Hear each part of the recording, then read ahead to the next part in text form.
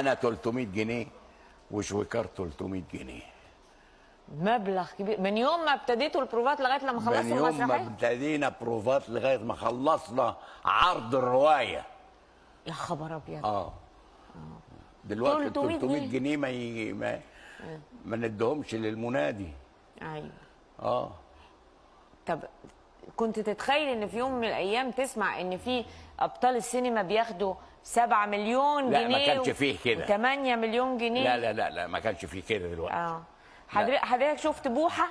بوحه ده ايه؟ ده فيلم بتاع محمد سعد. لا ما اعرفش، يعني ما سمعت تعرفش عنه. محمد سعد؟ سمعت عنه انما ما شفتوش. سمعت عنه ايه؟ سمعت عنه انه يعني بيضحك.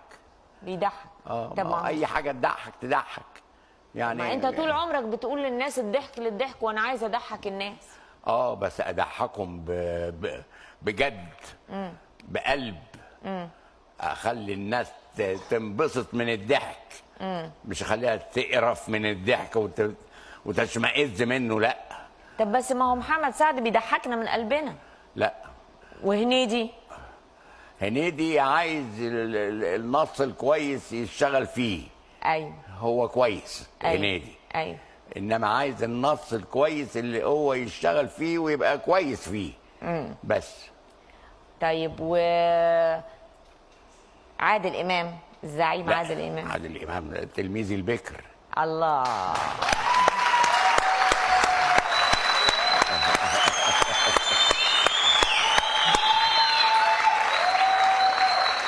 طب نفتكر كده اول ما شفت عادل امام، يعني احنا شفنا اول ما نجيب الريحاني شافك وقال التلميذ، اول فرصه بقى انت اديتها لعادل امام؟ كان في انا وهو وهي. ايوه. جه يشتغل معايا دسوقي بيه. ايوه. اللي هو السكرتير بتاع المحامي. ايوه. واشتغل وكنت بعدل له حاجات. ايوه. كنت بعدل له حاجات وهو يعدل حاجات وانا اعدل حاجات لغايه ما. بس انت استشرفت كده المستقبل واستشفيت ان هذه موهبه كوميديه كبيره، حسيت منه. طبعا. ايوه. لان اتعرض علينا واحد من كام؟ من اظن من 20 واحد. عرضوا عشان يشتغلوا في الدور. ايوه.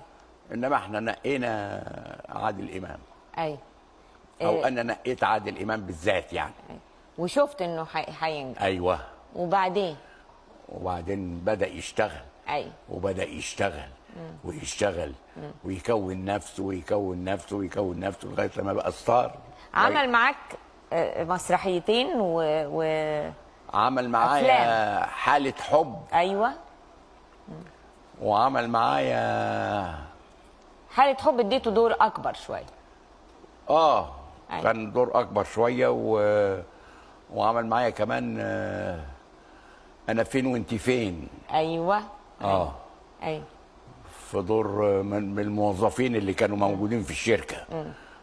هو اشتغل معاهم بس كويس. ايه اجمل صفاته ككوميديان؟ انه ذكي. المذاكره. ذكي. أيوة. وبيفهم. وبيعرف ده كويس ولا وحش ولا ايه.